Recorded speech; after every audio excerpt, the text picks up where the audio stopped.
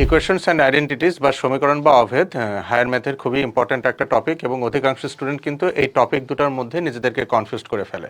তো আজকে আমি খুবই সহজ ভাষায় এবং সংক্ষেপে ইকুয়েশনস অ্যান্ড আইডেন্টিটিস এই দুটো টপিকের মধ্যে কি ডিফারেন্স রয়েছে সেটা একটু দেখানোর চেষ্টা করব। তো ফার্স্ট অফ অল আমরা আইডেন্টিটিসের ক্ষেত্রে আসি বা অভেদের ক্ষেত্রে আসি।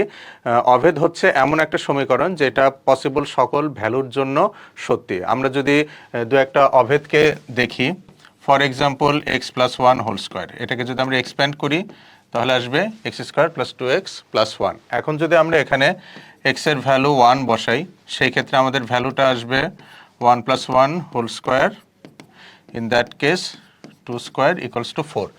একইভাবে যদি আমরা রাইট সাইডে যাই, রাইট সাইডে গেলে one square plus two into one plus one, এই ক্ষেত্রেও কিন্তু ভ্যালু আসবে ফোর। এখন আমরা এখানে যে কোনো নেগেটিভ ভ্যালু বসাই, যে কোনো পজিটিভ ভ্যালু বসাই, এক্সের যেই ভ্যালুই নেই না কেন তার জন্য কি হবে, আমার এই ইকুয়েশনের বোথ সাইডকে সেটা স্যাটিসফাই করবে। তো এই ধরনের ইকুয়েশনকে আমরা কি বলবো, আইডেন্টিটিস বলবো। এখন এরকম আরও কিছু ইকুয়েশন থাকতে পারে, for example x minus one whole square x square minus two x plus one, এটাও একটা আইডেন্টিটি। আবার যদি আমরা এরকম ধরি x cube plus one equals to x plus one into x square minus x plus one, এটাও কি একটা আইডেন্টিটি। সো যেই ইকুয়েশনগুলো আমার ভ্যারিয়েবলের সকল সম্ভাব্য বা সকল বাস্তব মানের জন্য সত্য হবে সেই সমীকরণকে আমরা কি বলবো, অভেদ বলবো। এখন যদি আমরা ইকুয়েশনসের ক্ষেত্রে আসি, ইকুয়েশনস কিন্তু কেস স্পেসিফিক বা পার্টিকুলার দু একটা ভ্যালুর জন্য কি হয়, ইকুয়েশনটা সত্যি হয়।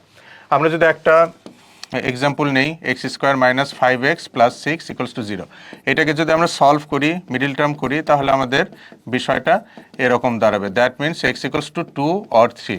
তার মানে আমার এই ইকুয়েশনটা শুধুমাত্র এক্সের মান 2 অথবা 3 হলে সেক্ষেত্রে কি হবে, আমার ইকুয়েশনটা সত্যি হবে বা 2 আর 3 শুধুমাত্র ইকুয়েশনটাকে স্যাটিসফাই করবে। তাহলে আমাদের বটম লাইনটা কি হচ্ছে যে, বা সকল সমীকরণকে আমরা কিন্তু আইডেন্টিটি বলতে পারবো না, কিন্তু সকল আইডেন্টিটিসই কিন্তু একটি ইকুয়েশন বা সমীকরণ। তো আশা করি এই দুটো টপিকের মধ্যে তোমরা পার্থক্য বুঝতে পেরেছো এবং পরীক্ষায় এটা নিয়ে আর কখনো কোনো ভুলভ্রান্তি হওয়ার সম্ভাবনা থাকবে না। ধন্যবাদ।